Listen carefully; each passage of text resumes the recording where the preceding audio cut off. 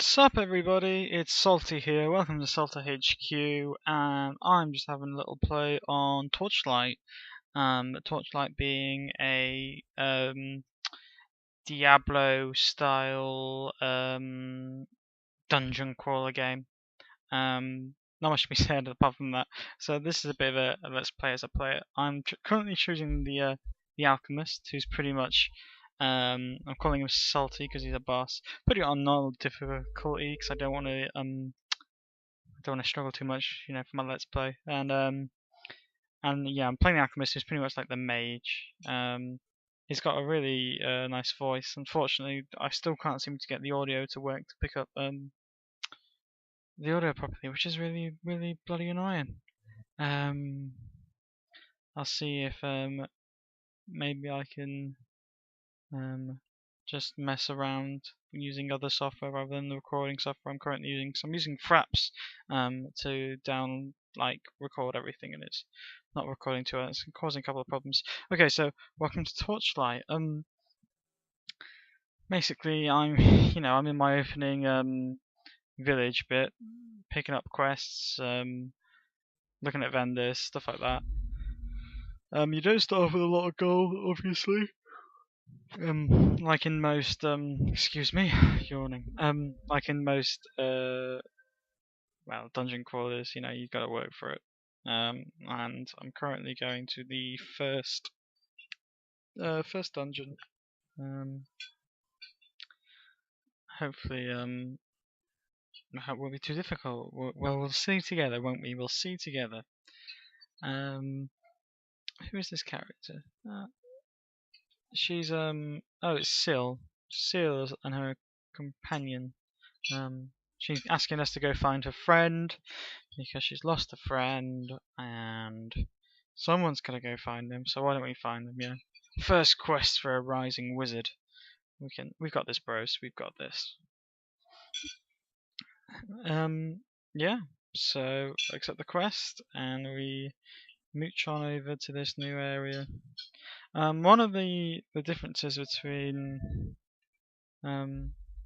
Torchlight and at least the original Dota, I don't know if this is the case in Dota 3, but in Dota 1 and 2 is that we have a pet with us, and our pet can hold all our crap, and we can send it off. We can send it off to go sell our stuff for us, which is fantastic. No longer do we have to keep using those scroll of town teleportation and going to the towns and then selling the gear and hopping back in. At least now we can send someone off while we carry on. Another good mechanic about this game. We're gonna talk about mechanics for a little bit now. I've decided enough waffling. Let's go straight into mechanics. So, a mechanic that I really enjoy in this game is like everyone can use any kind of weapon. Now that is quite big for a MOBA game. Not MOBA, sorry, a dungeon crawler. Your mages are normally stuck with the staffs, and your warriors are the ones who get to wield all the fancy weapons. Not the case in this game, as you'll see. Eventually, I pick up a pistol just cause. Really liking the animations of the game. The one limitation, actually, going back to talking about guns for a sec, I keep losing my thought. There is one thing that limits you, and that's your attribute. Like some weapons you can't wield unless you hit a certain level, or you've got a certain attribute in something. So that's how they distinguish gear just for the rogue, or gear just for the warrior, or gear just for the mage. Pretty much, yeah. Those are the three classes in this game. The one thing that Diablo's definitely got over Torchlight, Torchlight is the fact that there's far more classes. There's only one class, three classes in Torchlight, and they're your three basic ones. At the same time, you can say, Torchlight's not mucking about. It's just choosing to do what it wants to do, and that'll be the be all and end all of it. Lots of loot grabbing, lots of dungeon crawling. I mean, there's not a lot to talk about the combat wise. I mean, I'm I'm on normal difficulty, which means I'm on easy mode. These dungeon crawlers, like there's some people who start this on hard or hardest. You know, I think though, like the really hard difficulties is just for you're supposed to go through the game once and then go back on those difficulties. It's just that those options are unlocked straight away, unlike in Diablo 3, where I've heard that you start off in normal and then you go on to the other difficulties. Excuse me, I've been talking all day and I'm my voice is slowly going, so clearing my throat. Yeah, I really like Torchlight. It runs really smoothly. Like I do have an alright PC. It's not the best. It's not the greatest. It's not most up to date. But you know, this game is working fine on it. Marvelous. No frame drops or anything, which is really nice to see. The environments of the dungeons are also pretty sweet. This is just the first level, and it's classic cave. But I know there are you can just go down these levels, and the opening levels. There's a bit of variety in each different cave. Each cave looks slightly different. It's nice. I don't think it's all randomly generated, though I'm not 100% sure. It could well be just complete random generation, just like Diablo. And if it is, if it isn't, it isn't. I could really probably try and find that out for you. I'll get back to it at the end of the video. Let's talk about the level progression system in the game, because that's really obviously that's one of the highlights for any kind of dungeon crawler, is finding out what abilities your characters get. Obviously, I've chosen the alchemist, who's the mage. Don't let that name fool you, ladies and gentlemen. He is a mage, and all his moves do colossal damage in a nice and big, flashy fashion. A really neat trick is the fact that you can actually learn spells that have nothing to do with your class. You can learn up to 5 spells that you find through scrolls, and these spells you can put on your hotbar. As you see, rather than having just the 5, you have like from 1 till 0 on your hotbar. At the minute, I'm just keeping. I'll do a little bit of maneuvering about in this video when I realised that I can actually move the hotbars and stuff, which is really neat. Yeah, here we are. There's 3 different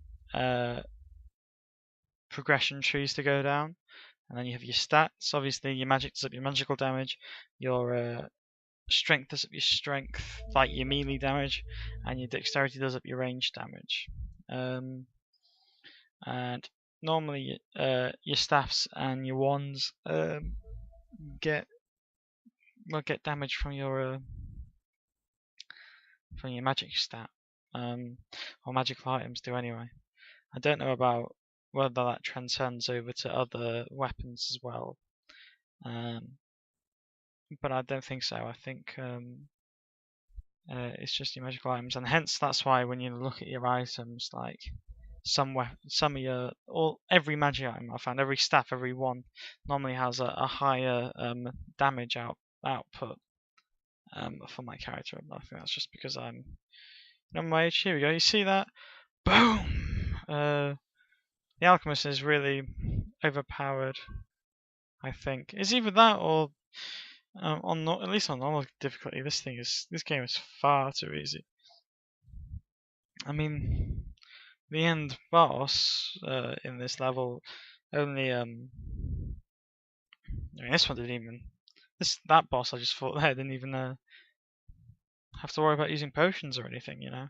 I think that's probably a bit of a criticism for Torchlight 1 anyway. This Torchlight difficulty is too easy on every difficulty. You know, medium at the minute I don't feel like there's a challenge at all,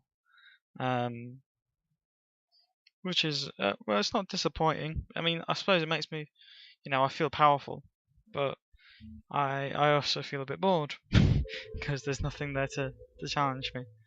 So yeah, why did I go back? Oh, I remember why I went back. I went back because, like in Diablo, lots of magic items you find you have to identify, so you have to go buy your scrolls of identity. So I realised I have a fair bit of gold, and I spend them all on scroll of identity scrolls. So then I've got a fortune of them.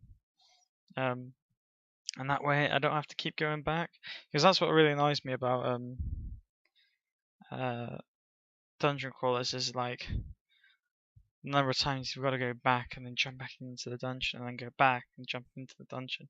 I'd much rather just stay in the dungeon for as long as I can and only go back when I actually have to. That way I'm obviously getting maximum combat out of the game.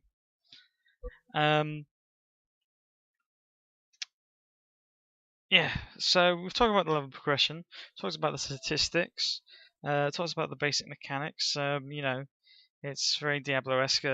Left trigger to use your media, like your regular attacks. Right click to use your special attacks, and you can toggle what those special attacks are. Obviously, not touching an enemy, just left clicks for movement. Controls in general are, you know, well they're I'd say they're well refined, but that's only because they match the genre, and the genre's controls are simplistic, to say the least. So that for a simplistic game, the controls are well defined. I think that's my stamp of approval on the controls. Currently, I'm wielding that just because at the minute that fire staff. I eventually find better loot, as you do in this game.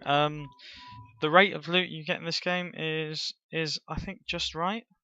It's not kind of it's not too much that you've always got to spend the next 2 minutes sorting out your inventory every 5 minutes. But it's not to the point of it's scarce. You do, and normally you get stuff that you can use. You do get an awful lot of junk though, but you know that's the good thing about having only 3 classes.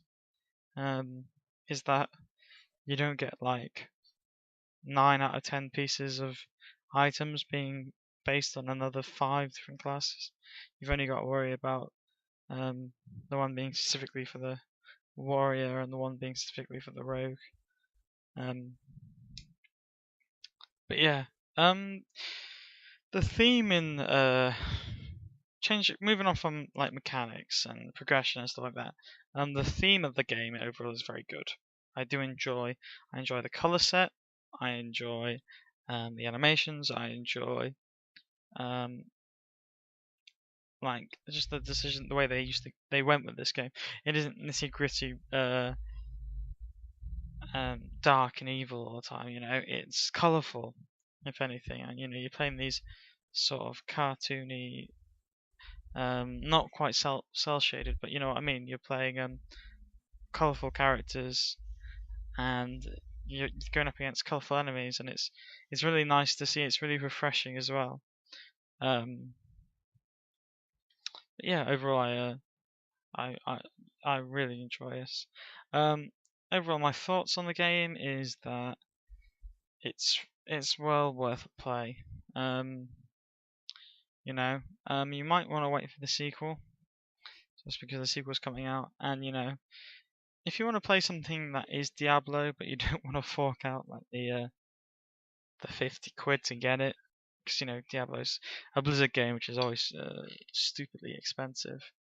I definitely recommend getting Torchlight because it just feels like every hole that Diablo has. I mean, I won't say it's better than Diablo because I don't want the fan rage. But it's just as good, and you know, you're not having to pay a million whatever, and then you're not having to be stuck online all the time. You don't have any of the controversy that surrounds the game, and you can just enjoy it for what it is. I suppose there isn't that massive expectation that you get with a AAA title like Diablo. So yeah, that pretty much covers more or less everything I want to say in the video. Any recommendation, guys, of games you'd like me to cover? I'm thinking of covering that new free-to-play shooter called Blacklight Retribution. Thinking of doing a bit of coverage on that. I don't know if that's going to be one or a couple of videos. It all depends on like views and what people want to see. But I think that's going to be my next stop after I've put this video out. Because I've done the Spider-Man stuff, and you know, just generally enjoying myself, making these videos, and feeling more comfortable. I feel more comfortable talking to you guys. So hopefully, the conversation isn't too isn't too terrible. Okay, guys. Catch you later. A good sign off. That would be nice. See you next time. Ciao for now. Take care now. Bye bye.